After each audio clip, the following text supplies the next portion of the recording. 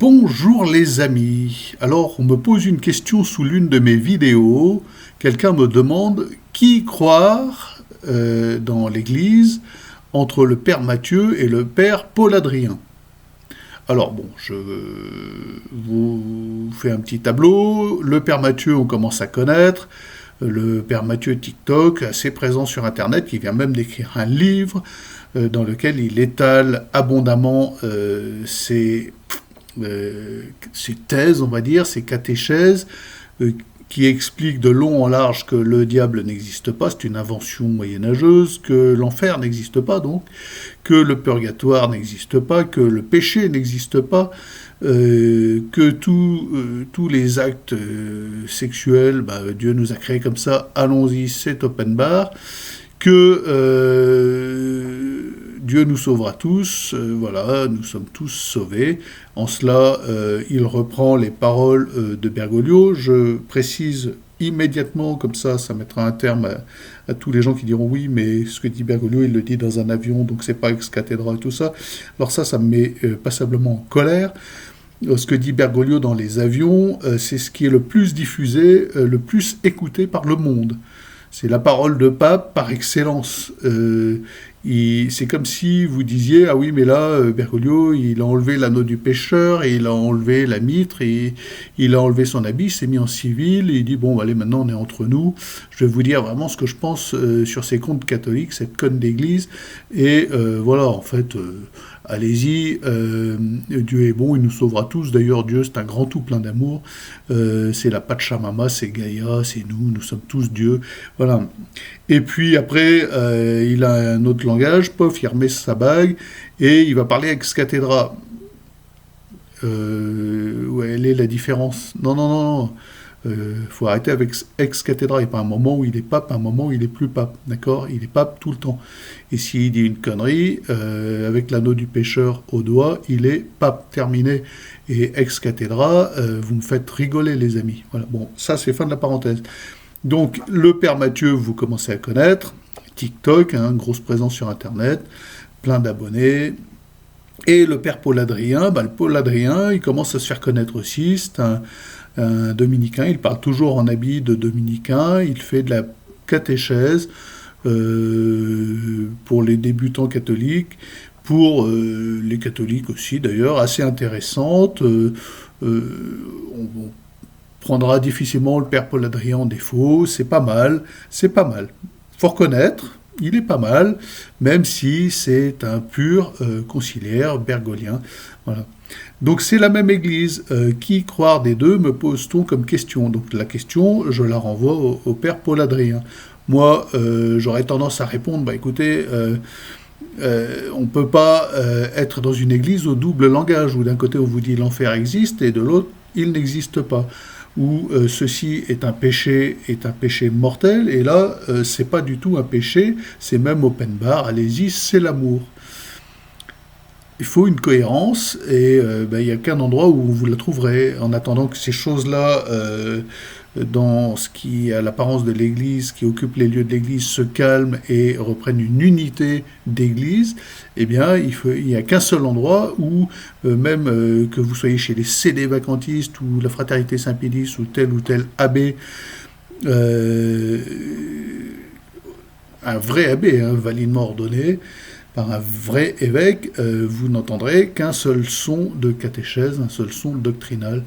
Voilà, en attendant que les choses se calment. Moi, je ne suis pas un fanatique du latin, je ne suis pas un fanatique de la forme, comme ci, comme ça, mais il faut reconnaître qu'il est important de faire un gros recul en arrière, de se mettre en attente que ces gens-là règlent la question, mais qui a raison d'entre eux. Voilà. Moi, je vois beaucoup, je m'adresse toujours au frère Paul-Adrien, d'ailleurs, s'il me fait la grâce de m'écouter, quelqu'un que j'apprécie, franchement. Je ne suis pas du tout ni ironique, ni moqueur quand je dis ça, c'est vraiment, j'aime bien, j'écoute ses vidéos, je trouve qu'il a beaucoup d'humour, qu'il a un vrai talent d'acteur, en plus d'être certainement un gentil garçon, un bon prêtre, enfin voilà. Je vois beaucoup de chrétiens maintenant, Bon, je fais pas la sortie des messes conciliaires, hein. Moi je vais à la messe traditionnelle, j'ai fait mon choix, je me suis mis en attente, mais je connais encore des chrétiens qui n'ont pas fait ce mouvement de recul, de retrait, et qui se sont pas mis en sécurité et en attente tant que vous n'aurez pas réglé vos problèmes. Voilà, donc j'en connais, je discute avec, c'est ma famille, des amis, qui me disent mais on supporte plus Bergoglio. Mais on ne peut pas quitter notre gentil petit curé, on ne peut pas quitter notre paroisse. C'est notre paroisse, c'est nos amis. Notre petit curé, il fait tout ce qu'il peut, mais il n'est pas aidé par son évêché, par ci, par ça. Bon. Et ces gens-là, bah, l'eau commence à bouillir et ils restent dans la marmite. Ça, c'est évident. Ils peuvent pas s'en aller parce que je comprends leur raison, tout à fait, je la comprends, je comprends leur raison. C'est difficile d'aller voir son curé et dire bah, je vous quitte, moi je file me mettre à l'abri dans la tradition où il n'y a qu'un seul son de cloche doctrinal. Parce que vous nous dites que le diable existe, ça peut-être, vous nous le dites, mais vous ne pourrez pas le dire longtemps. On voit des prêtres actuellement, et la semaine dernière, encore un prêtre qui a osé évoquer l'avortement, comparer les morts de la Grande Guerre aux morts actuelles de l'avortement, en disant que c'était dans une continuité, qu'il y avait même beaucoup plus de morts d'avortement. Là, il est sanctionné, il est interdit de parole en France. La semaine dernière, c'était un prêtre en Irlande qui a osé évoquer l'avortement et qui, lui, a été purement et simplement interdit de dire la messe pour un temps indéterminé. Et l'évêque s'est confondu en excuses en disant on ne peut plus dire ça, l'Église ne peut plus parler contre l'avortement aujourd'hui, on s'excuse. Bon, voilà où vous en êtes, mon petit curé. Donc vous aussi, vous devez faire des choix aujourd'hui, vous positionner. Si vous considérez que le père Mathieu a tort et n'est pas catholique, sachez qu'il est soutenu, lui, par sa hiérarchie, qu'on l'appelle même de Rome, pour lui dire c'est bien ce que vous faites. C'est authentique ce que je dis. Hein. Donc, vous, on ne vous appelle pas de Rome pour vous dire c'est bien ce que vous faites. Et à Rome, ils n'aiment pas les catholiques. Clairement, un traditionis custodes, avec des mots de charité, des grands mots de novlangue, ça relève du novlangue, c'est de la haine de tout ce qui est catholique. Tout ce qui est avant Bergoglio, il le hait. Donc, il est temps que vous preniez position, c'est évident. Et je serai, moi, prêtre à votre place. Qu'est-ce que je ferai ? J'annoncerai ce dimanche en chair, ceci est ma dernière messe Novus Ordo, parce que c'est allé trop loin. Le document préparatoire du synode sur la synodalité, déjà le titre est absurde, c'est la goutte d'eau qui fait déborder le vase. Alors, il y en a encore qui disent « Ah oui, mais c'est pour vous rassurer, vous dites ça, ce n'est que l'église d'Allemagne, c'est que l'église belge. Mais c'est pas toute l'église. » Non, mais celui qui est le promoteur de ça, je suis désolé de vous le dire, c'est Bergoglio. Et c'est comme si vous disculpiez Macron d'être à l'origine de la catastrophe française actuelle. De l'augmentation des prix, des bruits de guerre, d'un chômage aberrant, alors qu'il est là en train de nous dire on va au plein emploi, c'est génial, alors que tous les gens que je connais sont au chômage. C'est fou. On peut plus bouffer, on peut plus s'acheter de l'essence, on peut plus aller bosser, on peut plus rien faire en France, on peut plus s'exprimer, on peut plus voyager.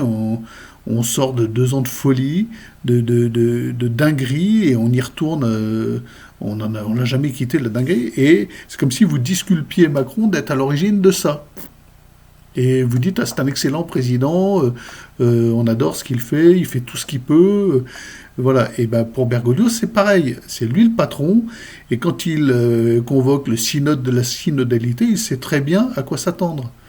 Il sait très bien que ce genre de documents, il le sait, seront émis, produits par des gens qui se disent évêques et qui parleront du vent de l'esprit qui a soufflé dans une réunion lambda où il y avait 4 pelés, 3 tondus, 5 boomers, 68 gauchistes qui ont pris possession des équipes paroissiales et qui auront dit il faut plus d'inclusivité, plus de mariage homosexuel. Moi, je connais aucun catholique qui revendique ce genre de choses. J'en connais aucun. Pourtant, j'en connais des catholiques. Mon entourage est catholique. Voilà. J'en connais aucun. Donc quand ces gens-là disent c'est le vent de l'esprit qui souffle et qui nous fait agir ainsi, nous fait produire ce document, l'esprit oui, mais pas l'Esprit Saint. Voilà. Et donc, mes amis prêtres, vous devriez réfléchir à votre condition actuelle de prêtre bergolien et arrêter de tourner autour du pot. Et puis vous allez annoncer en chair que ceci est votre dernière messe Novus Ordo, que demain, le lendemain, dès demain, vous direz uniquement la messe tridentine, parce que je vous rappelle, Monseigneur Schneider, qui est un évêque conciliaire, nous a dit il y a 2 jours, il est de salubrité pour votre âme de désobéir à Bergoglio, au pape, il dit. On ne peut pas désobéir au pape. Entre nous, ça c'est une parenthèse. Désobéir au pape, c'est pas catholique. Il n'y a qu'une seule façon de désobéir à Bergoglio, c'est qu'il ne soit pas pape. Voilà, vous comprenez ? Désobéir au pape, non, c'est pas possible, Monseigneur Schneider. On est obligé de lui désobéir parce que ce qu'il dit, ce qu'il fait, ses actes, ce qu'il promeut, c'est n'importe quoi. Donc on est obligé de lui désobéir. Mais la seule façon de lui désobéir, c'est de reconnaître qu'il n'est pas pape. Il ne peut pas être pape, il est hérétique. Il est vraiment hérétique. Il est apostat hérétique. Et il conduit une église, pas l'église catholique, vers le nouvel ordre mondial, quelque chose qui n'a plus rien à voir avec l'église du Christ. Et donc vous, prêtres, vous devez vous engager, choisir, et vous devez le faire dès aujourd'hui. Ne pas attendre 2023, ne pas attendre le résultat du synode de la synodalité, ça n'aurait aucun sens. Et si vous faites ça, c'est idiot, parce que le mal, le ver est déjà dans le fruit, le mal est déjà là, le mal est fait. Voilà. Le fait qu'on puisse produire un tel document et dans un silence complet du Vatican, il y a quelques évêques qui disent non quand même là, les couples polygames, les bénir les couples polygames, les inclure dans l'Église, inclure les LGBTQ, surtout les Q. Vous allez voir ce que c'est que les Q. LGBTQ, bon, renseignez-vous. Hein, c'est sordide, d'accord ? Donc inclure ça dans l'Église, faire des bénédictions homosexuelles parce que c'est l'amour, et etc. Et puis donner plus de place aux femmes. Alors ça c'est le novlangue, ça c'est le serpent à plumes qu'on nous ressort. Voilà. Donc vous attendez quoi, chers amis prêtres, chers amis catholiques qui avaient encore un peu de sens catholique, vous attendez qu'on vous colle une femme prêtre dans votre paroisse pour là dire ah non, là on va peut-être partir. Et puis ce sera toujours remis au lendemain, de toute façon, ça sera toujours remis au lendemain. Toujours.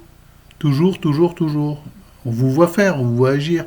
Vous êtes des lâches, en fait, vous n'osez pas. Voilà. Vous êtes pris dans votre truc, dans votre petit confort et votre rond paroissial, mais il y a un moment où même vous, prêtre, oui, c'est difficile, mais il faut, voilà, vous allez vous faire réordonner sous condition, tous autant que vous êtes, vous aussi, frère Paul Adrien, vous redevenez catholique et puis il faut vous rendre à l'évidence ce qui se passe dans l'église, une église au double langage où il y a d'un côté le père Mathieu puis de l'autre le frère Paul Adrien qui essaye de tenir la baraque un petit peu catholique, c'est pas possible. Et moi on me pose des questions, mais qui croire ? Il y a un problème. Il y a quand même un problème. Le fait qu'on puisse poser la question dans l'Église, ça veut dire que l'Église n'est plus une. Il n'y a pas une unité. Elle n'est plus une.